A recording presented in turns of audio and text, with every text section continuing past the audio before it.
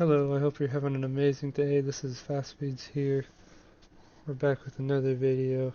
Today we're going to be making a roller coaster tier list between Kings Island and Cedar Point's roller coasters.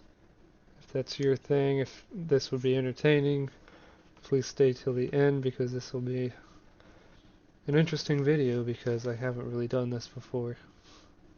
So we've got Diamondback Mystic Timbers all the way down to Maverick.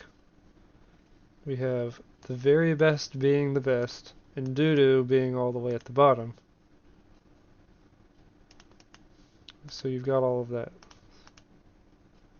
And we could even make it different colors if we wanted to, that's interesting. But, here we go. I hope you guys are all having a fantastic day. So we're going to go ahead and get into this. Once again, this is going to be an uncut video. It's just for now. But please hang in there. This will still be a good video, I promise. We will get it fixed in the future and everything will be different than it is now. So let's go ahead and get into this.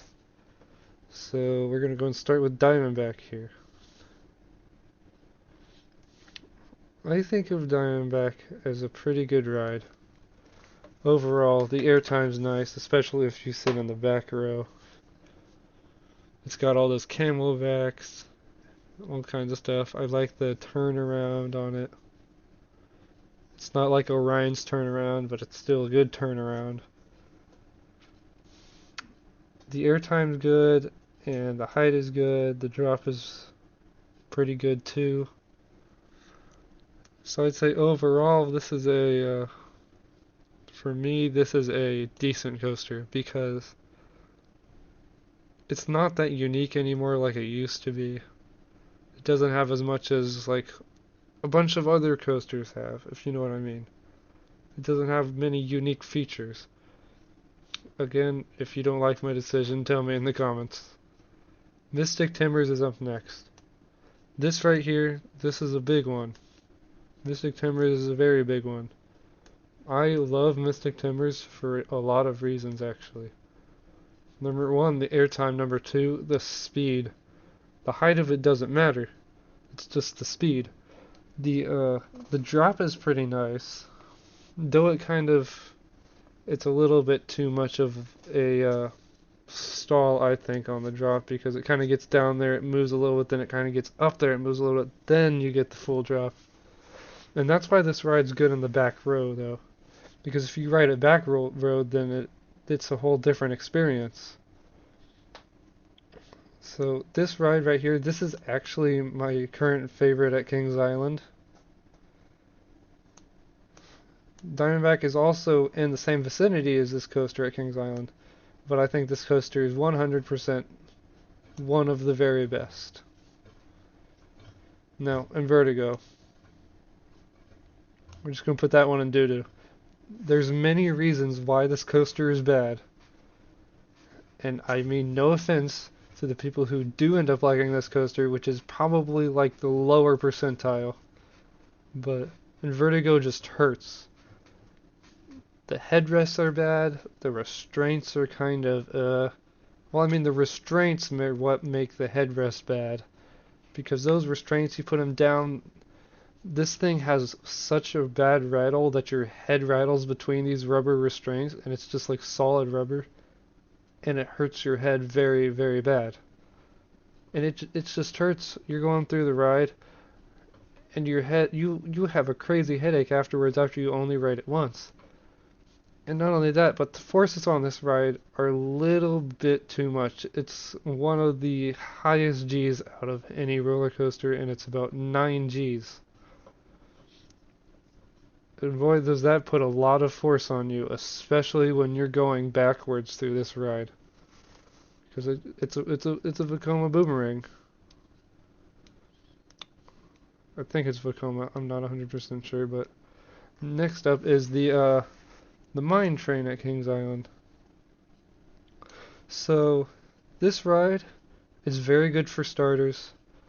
It's not as rough as many people say it is. If anything, it's less rough than in Vertigo. It's a very nice ride just for like when you're trying to just chill a little bit. You want something that's not so big. You go with Adventure Express. It also has some nice night rides.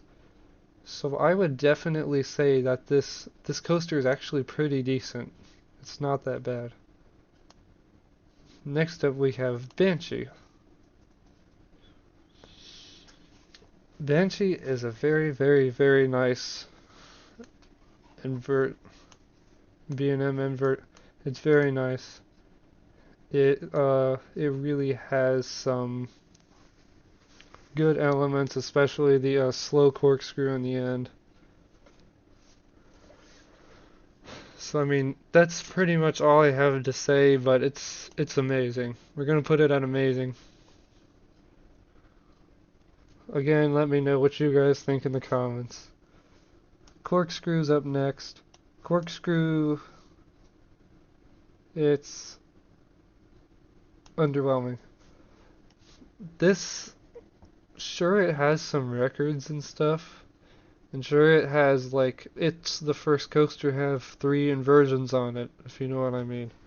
But, like, it kinda hurts, like, not as much as in Vertigo, I don't think, but it kinda hurts a little bit. And I mean, it's just kinda lackluster in terms of, like, everything, like, modern in roller coasters, but this coaster right here actually kind of, it's, I mean, if you like vintage things and you like the old rides, then this is 100% for you. But Cedar Creek Mine Ride is up next. We're gonna go and put this one in. I mean, it's kind of underwhelming as well because Cedar Creek Mine Ride, it's just a little bit. It just feels kind of awkward. There are some awkward moments during the ride, especially when you get like down low to the creek and things like that. And it's kind of just, it kind of feels like you're just there. Cedar Creek Mine Ride doesn't have that much to offer. If anything, it's not even as much as Corkscrew. So that's my thoughts on that. If you're against it, let me know in the comments. Blue Streak here. Blue Streak is a rough one. Blue Streak can be a really, really, really big jackhammer in terms of headaches. Though, it's definitely better than Vertigo, so we're going to put it in underwhelming with Cedar Creek Mine Ride and Corkscrew. Because this is kind of, I mean, it might be 100% older than the racers at Kings Island. But it could 100% be worse.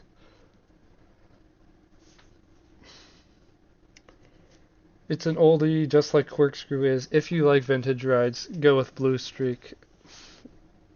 It's really not that bad. It's just a bit of airtime, which I mean, it's actually crazy airtime. It's kind of like Magnum's airtime, but it doesn't hurt like Magnum does. So Blue Streak is going in this category. Let me know what you think. Gemini. Gemini, I haven't really read this one, but by the looks of it, I'm gonna put it in decent because I've heard good things about this ride. It's just a fun ride overall. People enjoy the fact that it races and stuff like that. I've seen some people high-five each other as they're going around the turns and banks. It's pretty cool. So I don't have much to say on that because I haven't rode it. That's like the one ride that I have not rode at Cedar Point. Next up, we're going to go with Raptor right here. So Raptor, it's a little bit of a tough fight between it and Banshee. But I think where I'm going to go ahead and put it is over indecent, but above Diamondback. Because it is a bit better than Diamondback. I also did move Corkscrew a little bit because I think it's worse than Blue Streak is. Whether you disagree or not, I guess. If you do disagree with any of this, let me know in the comments how I should change it. Obviously, this is my own opinion of all of this. So, next up we have Oh right, we're on Raptor. Sorry for going on a tangent there. Anyways, Raptor, it's it's kind of got that Banshee kind of vibe to it because it's a B&M invert as well.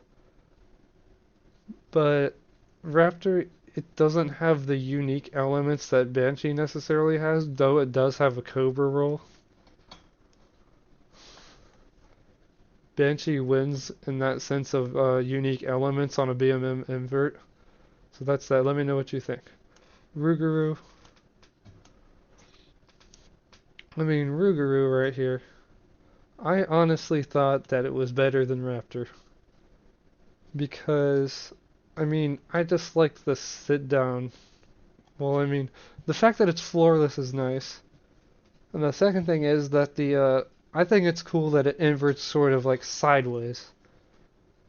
I don't know how to explain it exactly, but it inverts in such a way that it's nice. So let's say like the loop on corkscrew, but it's at like a different angle than straight up and vertical. I like those kind of elements and stuff, and just Rougarou has some nice elements overall.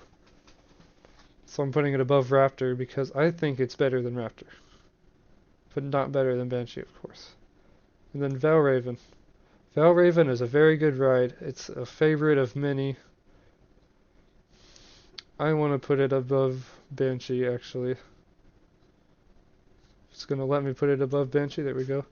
So Valraven, it has a nice element. Its signature element is the fact that it goes up that 200-foot hill. You get to see everything below you, and then it latches onto a chain, and then it hangs you there for a couple seconds. And you feel like you can feel yourself coming out of your seat until it drops.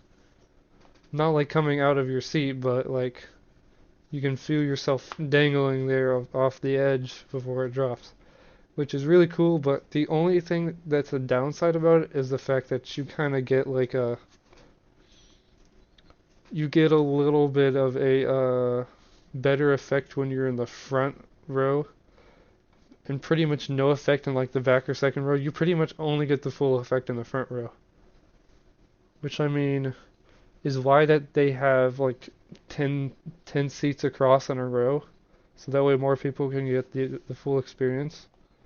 I will say that one day, when this ride reopened, I was one of the first in line and was definitely able to get myself a seat, but this thing definitely tends to have a long line, which could also be a downside. Let me know what you think.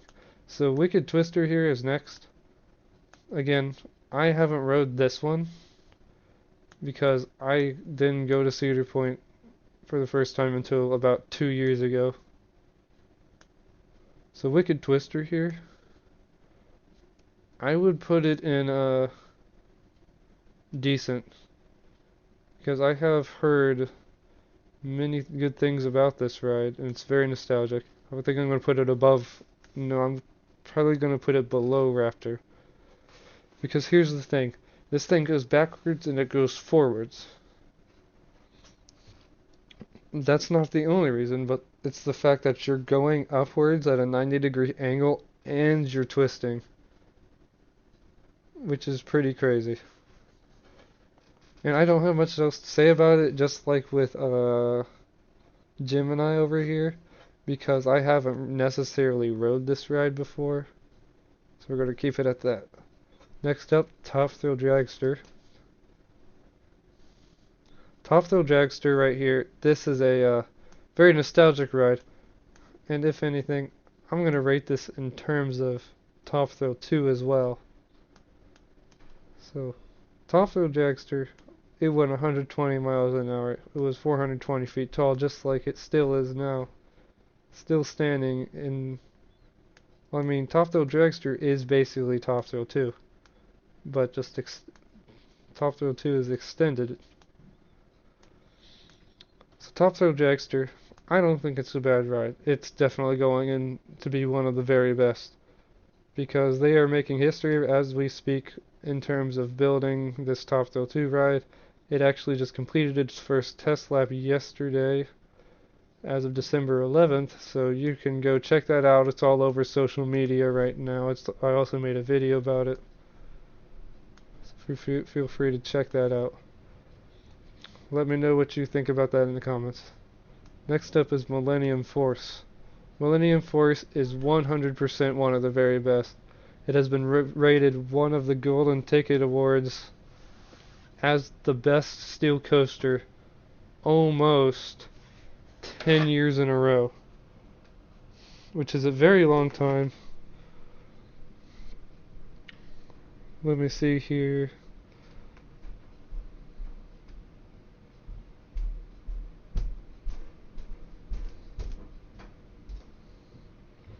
Um, 6 straight years, and it unfortunately very narrowly lost the title to Fury 325 at Carowinds just as of 2023. But Millennium Force, one of the best steel coasters out there, 100%. It was also the first coaster to top that 300 feet mark, so that's pretty cool too. Moving on to Gatekeeper. Gatekeeper is probably going to go indecent and above Rougarou, if not above Banshee actually.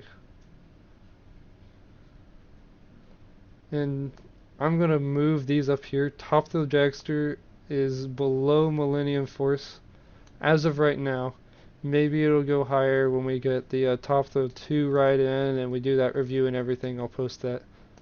But Mystic Timbers here is going to go right under Top Thrill Dragster. So, anyways, where we were at, Gatekeeper. So Gatekeeper, very nice ride. The wing aspect of it is nice about how you can choose your side that you want to sit on. And it's just nice to, it feels like you're a bird, which is what it's supposed to feel like. You're flying through the air. You can choose your side so that way you can like each side has a sort of different feel to it. I love the turnover drop right when it drops. It turns over its right wing. And then it's supposed to be the biggest loop, another record breaker right here. And the head choppers and stuff like that. That's what makes this a unique ride. That's what's unique about it. It gate keeps the gate. That's pretty self-explanatory, I suppose, but Gatekeeper is nice. It's a nice addition to the front of the park, so that way you get a nice view when you come in. It's a good spot for a picture as well. Just overall, it's a pretty nice ride in terms of its elements. Iron Dragon, it's pretty much going to go right above Cedar Creek Mine Ride. Iron Dragon is a very, very old ride as well. Iron Dragon is not too bad of a ride.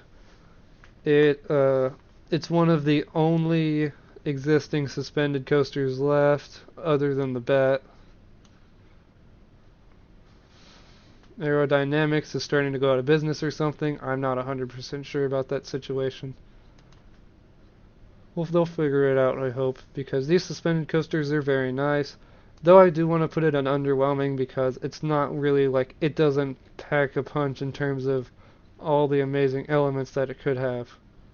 So that's all I have to say about that. Moving on to Backlot Stunt Coaster here. Backlot Stunt Coaster would likely go in probably the decent category, but it's going to go above Adventure Express. Stunt Coaster, it has some nice elements. You could say that it's sort of a Blitz. I did not mean to open my side window there, but it's sort of a Blitz. Kind of, it's got some turns like Maverick on it. It's got some snappy transitions and stuff. Especially in the beginning when you launched on that track at about 50 miles an hour and you go up the corkscrew. So it's not that bad overall, but there's not really much to talk about. I mean, this coaster might have been higher on the list if they still had their special effects for it, but all they have now is the fire effect. So there's that. Flight of Fear. This one is definitely going above Diamondback. Here's why. So Flight of Fear, it's a very old ride, but it definitely attracts lines, even more than Diamondback, even more than Stunt Coaster, and all the other coasters at Kings Island. And it's very interesting why. It's because of the fact that it's got a nice little storyline, it's got some good lore behind it, and just people like the ride overall. People like the feeling of getting launched into the darkness. It's pretty cool. And it also doesn't have too bad of elements. It kind of stops and breaks with the top so that way you like see what's around you and then it keeps going and going. And then it does the nice little like UFO kind of inversion at the very end and then you're just kind of back in the light. And it's like what just happened. It's pretty cool. Let me know what you think in the comments. So Orion here.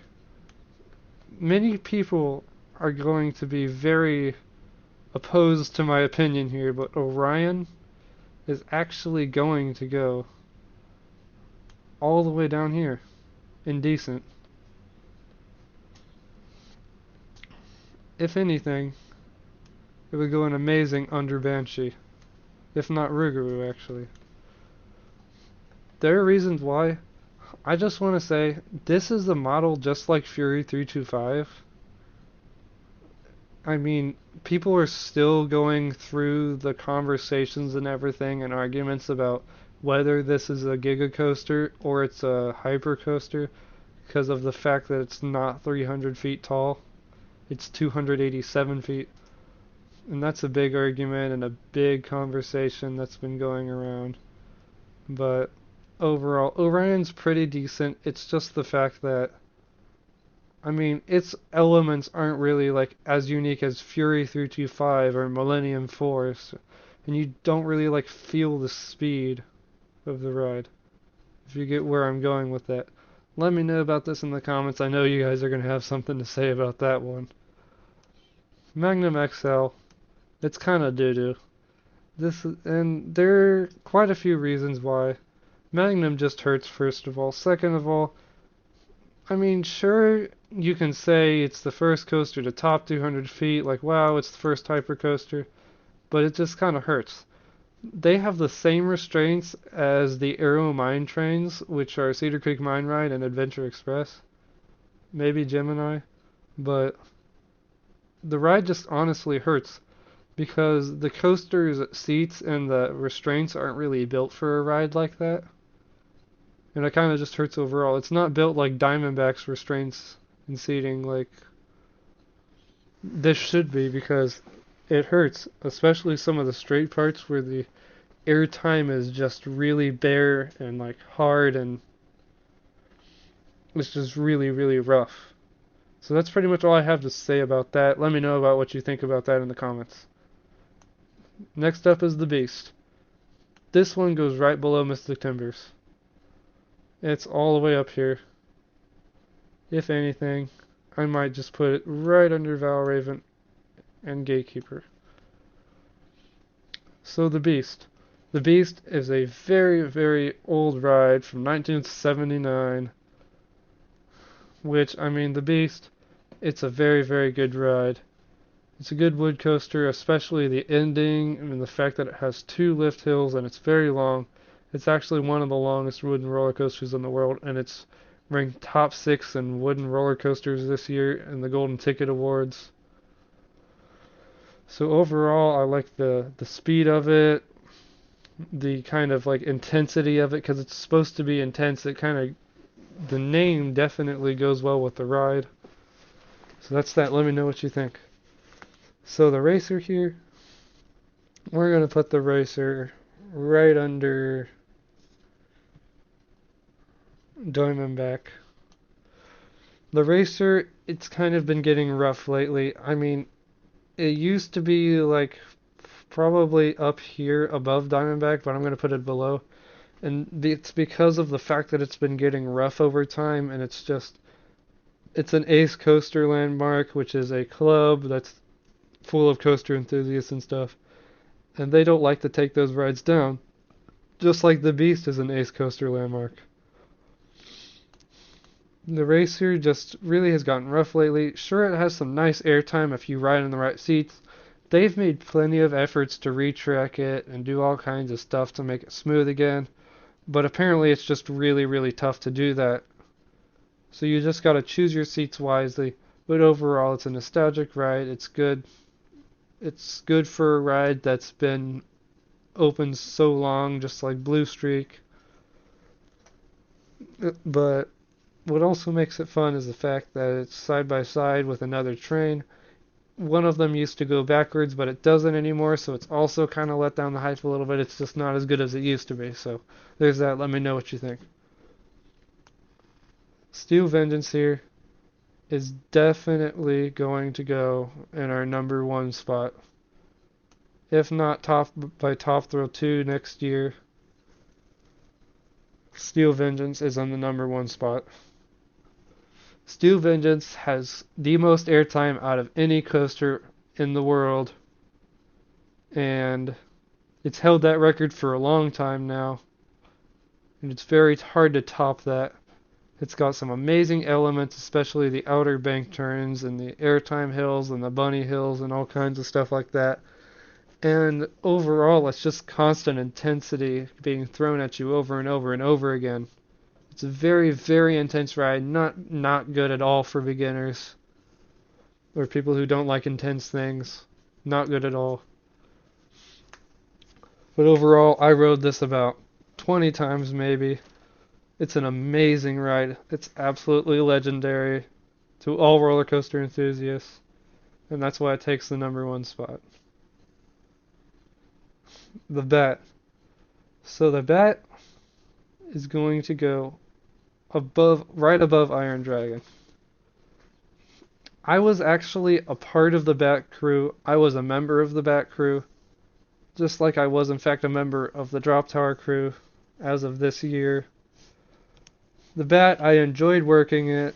It was pretty cool and stuff. So I'm just saying that this is not a biased opinion because this isn't underwhelming. But the Bat, it's again one of the only suspended coasters left made by Arrow. It's very old. We're talking about it being in its last years right now before it closes. But overall, I'd pretty much have the same to say about it as I do with Iron Dragon. But what makes it better than Iron Dragon is it flies through its layout. It swings around quite a bit more. It's quite a bit better. So that's all I have to say about that. Woodstock Express. I want to make a joke and put it all the way up in the very best, but unfortunately, I really can't do that. But it's definitely better than in Vertigo. So, Woodstock Express, it's a pretty good ride for sure. Very, very beginnerish, just like Adventure Express is. It's in Kittyland, it's like Snoopyland. Well, I mean, they're the same thing, but overall, it's a good beginner wooden coaster, and it doesn't hurt that much. It's not that rough, so that's where that goes. Let me know what you think. Now, Maverick, our last one, very last, is not going on Dodo, but it is going right under Steel Vengeance.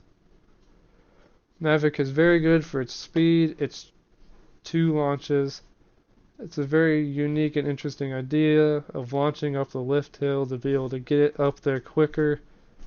Especially its 92-degree drop, or 91. No, it's 92, I think. No, it's 95. I keep on changing my answer to that, but I'm fairly certain that it's 95. Correct me if I'm wrong. But Maverick, its elements are nice. It's very snappy. It's a good blitz. It's probably the best one. And it does those nice stangle dives and horseshoe rolls and all that kind of stuff. It just has good speed. You got those head choppers going low around those rocks and everything, and you go through that tunnel and you launch to about 74 miles an hour, which is how fast Top Thrill 2 will launch first. Going off of a bit of a tangent there, but sorry about that. But Maverick, it's a very good ride overall. It's very neck and neck with Steel Vengeance. Though this isn't like a full coaster tier list. This isn't all the toasters. This is Cedar Point and Kings Island. Maverick goes in second place for this. Let me know.